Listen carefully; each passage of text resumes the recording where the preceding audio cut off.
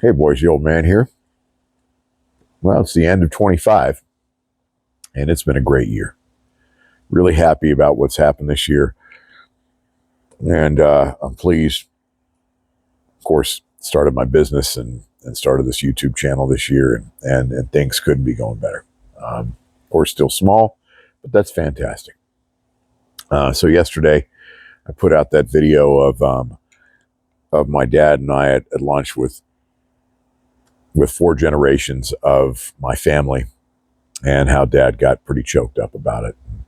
And that was a pretty good time. But see my dad emotional like that is, it's not like him, and that was pretty cool. But like I said, it inspired me to talk about three lessons my father gave me growing up, and so I'm just going to get into them.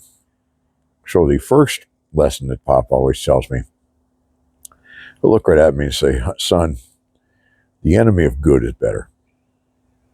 And I can't remember the first time he told me that, but he, first time he did, I think I didn't really understand it very much. It seems cryptic and illogical to me. And I'm like, why would you want to constantly get better? But he gave me an example, and it was a working example. So he was telling me, of course, he's a surgeon, orthopedic surgeon. He said he was working on a broken wrist, a shattered wrist, and he's like, "Man, I'll never be able to get this back to 100%." He goes, "But I'm at about 85% right now, and man, if I could just push, I can just get a little better, just a little better. I want to get to 90%." And he said, as he's finagling it and working it, the whole thing fell apart. And he was like, "Good Lord." He's like, "Come on, man." So ended up he had to start all over again. Now, of course, that's a working example. For me, I sit back and I think about it's almost a chasing of perfectionism when you say the getting better. The enemy of good is better. And at one point in time, I always had to chase things and have them be just right. And I had to push to make them just right. And I would drive myself bonkers. I taught all kinds of classes at the fire department and recruit schools, and I done tons of strength competitions, and I always had to push to get it just a little better, a little better. And I realize now that if I would have just stopped, because they were all pretty dang good, man, and I did pretty dang good, but I missed the goodness of it. And what I mean by that is I spent so much time just trying to get a little better and make such an impression and be stronger, speak better, that I missed out on a really, really good times in my life. Don't get me wrong, I did enjoy those things when I did them, but there was always that aspect of me that I could just get a little better, and you'll pull your hair out doing that. So, I think actually that kind of attitude of understanding that the enemy of good is better, I think that takes time to understand. And so I'm at a point in my life when I can understand it. The next little lesson Pop always told me was take care of the people that take care of you. And it sounds pretty straightforward, and it is. But I can remember, so in the 80s I was in high school, and mid 80s, late 80s I was getting out of high school. But back in the 80s with the hospital, he could put in some paperwork, and you could go down, or I could go down and watch my father do surgeries. And all I had to do was, let him know, "Hey, I'd really like to watch you do that surgery." And And he let me, and he put in the next thing, and I'm there. So we were down.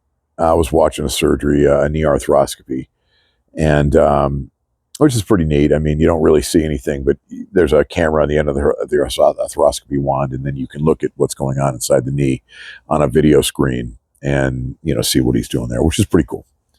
But we got done with that surgery, and like I was doing anything. I got done watching that surgery, and my dad and I are walking out, and he's going down a hallway, and there's this gentleman walking down, and he's got a mop bucket, and my dad stops, and he's like, "Oh man, what's going on? Good to see you. How's your family?" And has this genuinely positive and good interaction, and my dad's just thanking him and really is interested in how he's doing. And he gets done, we go walking by, and I'm not being disrespectful, but I'm just like, who is that, and what is he doing that you're so thankful for? So dad looks at me, kind of squares up and nicely, but he goes, "Hey, that gentleman is the guy that cleans all the surgical suites." He goes, "So when I'm done, he comes in and he, mops up, cleans up, picks everything up, and makes sure everything is where it needs to be, and that everything is good to go." And he's like, the man is so good at his job and takes pride in his job that, I'm just so thankful for him. He goes, because a gentleman, someone like that can really jam your day up. And some other doctor, he goes, don't treat him that well, or aren't as appreciative. But he goes, I sure am. And that guy takes care of me. And guess what? I take care of the people that take care of me. And so I thought, man, it's absolutely right. And I think back to when, the first example that comes to my mind is when I I was like the second in command of our training division for a long time. And I'd have people coming in to instruct for me and teach certain classes. And I could jump in with them and teach with them, but the whole idea was to get people out there and get them into training and get them putting some stuff out. And if anybody came to work for me, I made sure that they were taken care of. And a instructor's, if he didn't have all the equipment, all the papers, everything he needed to put out a good product, that was a direct reflection of me. But that's not really the main reason why I did it. The main reason why I did it is because that person's coming out and giving me his time, and he wants to push forward the direction of the training division. So I am more than happy to take care of them, and I was genuinely thankful. All right. So the third lesson Pop taught me was, he'd say, sometimes right, sometimes wrong, but never in doubt. Pretty straightforward saying, but I can think of times in my life when I've been paralyzed to make a decision out of fear of being wrong, and that lack of decision, which I guess is a decision itself, but turns out the lack of decision actually turns out putting you behind the eight ball in ways that you don't want to be.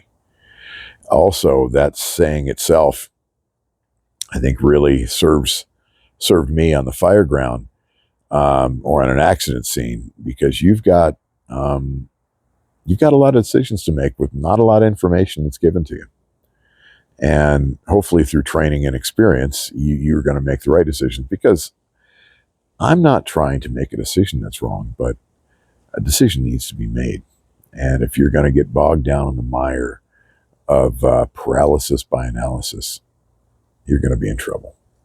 So sometimes right, sometimes wrong, but never in doubt.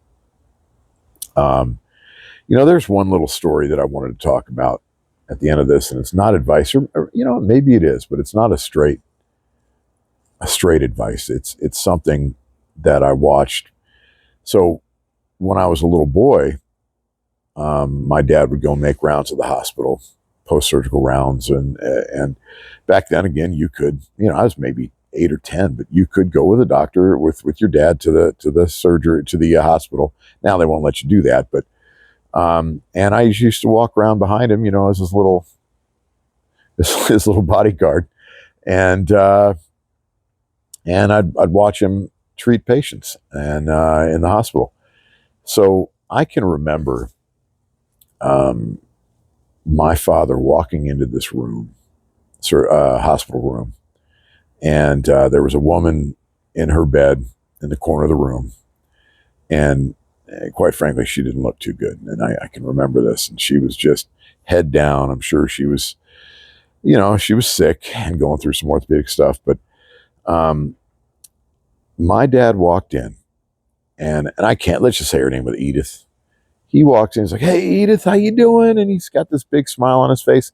And Edith's head perked up, and she looked at him, and I swear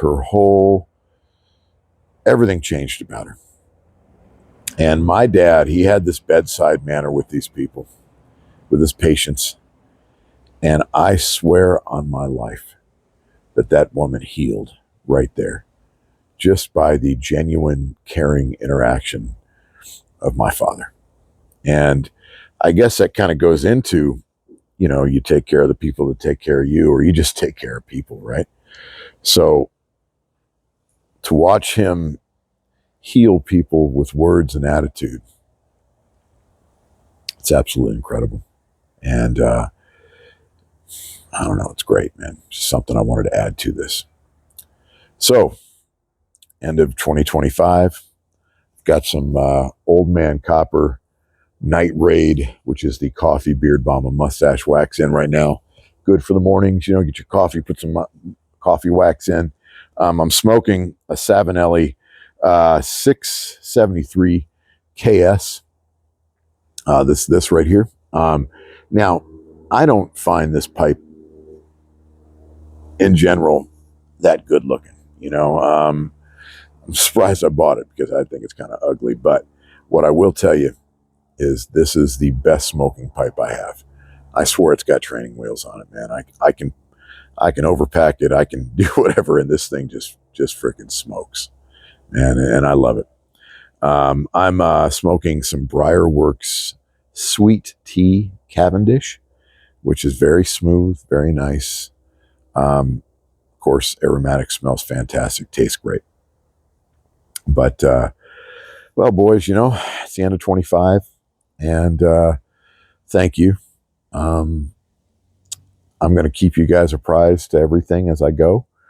I've got some